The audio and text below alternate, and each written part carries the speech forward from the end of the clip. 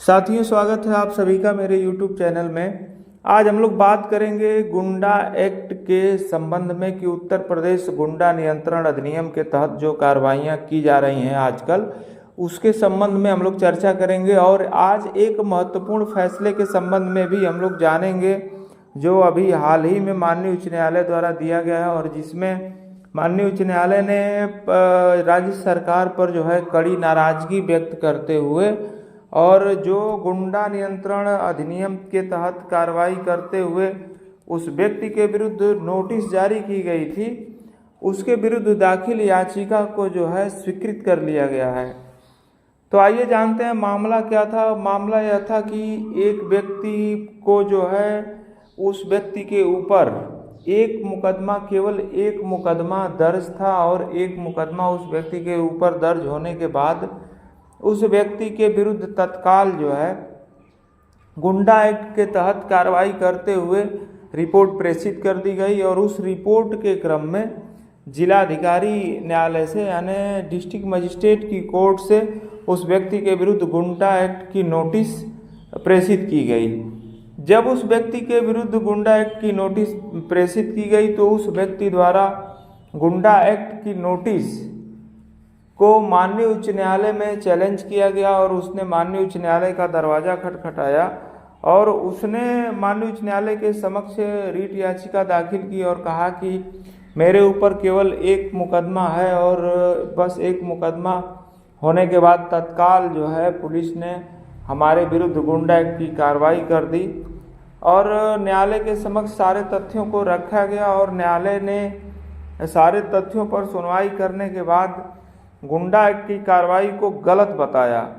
और माननीय उच्च न्यायालय ने कहा कि केवल एक गोवध अधिनियम के तहत दर्ज एक मुकदमे को आधार बनाकर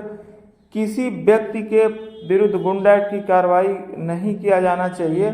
और किसी भी अभियुक्त पर थाने में जब तक कई अन्य मुकदमे लंबित न हो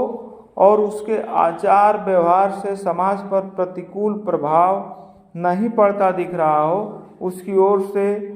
समाज को दूषित या गंदगी फैलाने का आरोप नहीं लगा हो, तब तक गुंडा एक्ट लगाना कोर्ट ने जो है उचित नहीं माना। यानी कि जब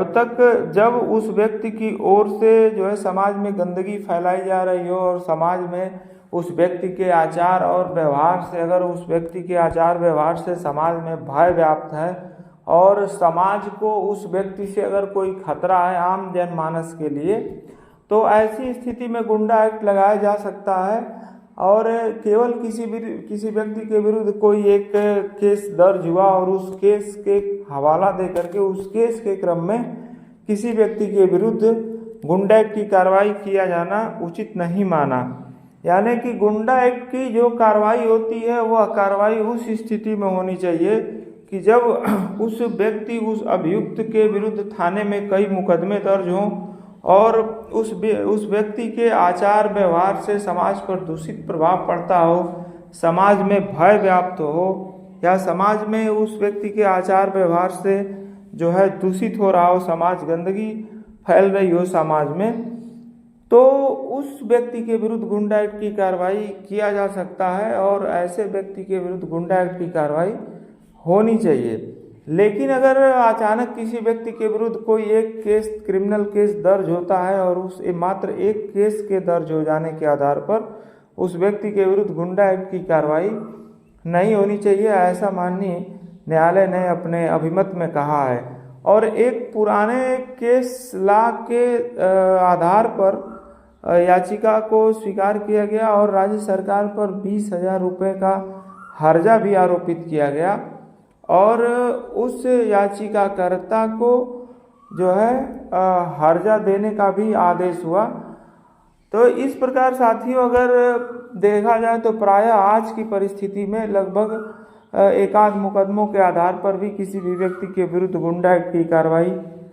कर दी जा रही है, लेकिन ये कार्रवाई उचित नहीं है, जैसा कि माननीय न्यायालय ने अपने आदेश में कहा है। यानी अब ये स्पष्ट है कि जिस व्यक्ति के विरुद्ध गुंडा एक्ट की कार्रवाई की जानी चाहिए उस व्यक्ति के विरुद्ध कई आपराधिक मुकदमे दर्ज हों